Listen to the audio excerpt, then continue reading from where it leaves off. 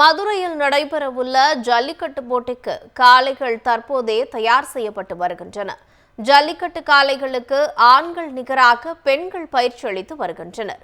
தமிழர் திருநாளையொட்டி மதுரை மாவட்டத்தில் நடைபெறும் அவனியாபுரம், பாலமேடு, அலங்காநல்லூர் ஜல்லிக்கட்டு போட்டிகள் மிகவும் புகழ்பெற்றது.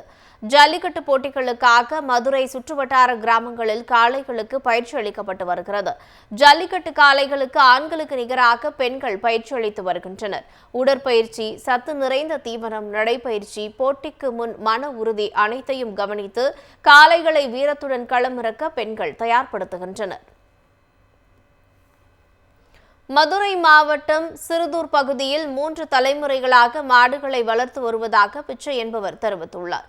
பெண் பிள்ளையாக இருந்தாலும் ஜல்லிக்கட்டு வாடிவாசலில் காளைகளை அவிழ்ப்பது ஒன்றும் சிரமம் கிடையாது என்றும், அதில் ஆண் பெண் வேறுபாடு கிடையாது என்றும் திவ்யதர்ஷினி என்பவர் தெரிவித்துள்ளார்.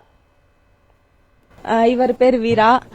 நான் ஐயா காலத்துலேருந்து நம்ம வீட்டில் மாடு வளர்த்துட்டு இருக்காங்க. காலங்காலமா ஐயா ஊத்தாங்க, அப்புறம் அப்பா ஊத்தாங்க, அதுக்கப்புறம் அண்ணையா ஊத்தாங்க, இப்போ நான் அவுத்துட்டு இருக்கேன். இப்போ நானே இப்போ இதோட 10வது வருஷம் அவுக்க போறேன். 10 வயசுலேருந்து நான் மாடு அவுத்துட்டு இருக்கேன். நாங்களாம் பிறக்கிறதுக்கு முன்னாடி இருந்தே இவங்க எங்க வீட்டில் இருக்காங்க. எங்க தாத்தாவோட அப்பா காலத்துல இருந்தே மாடு வளர்க்குறாங்க. அதுக்கான புகைப்படம்லாம் நான் பார்த்துருக்கேன். அதனாலதான் எங்க தாத்தாவோட அப்பா காலத்துல இருந்தேன்னு சொல்றேன்.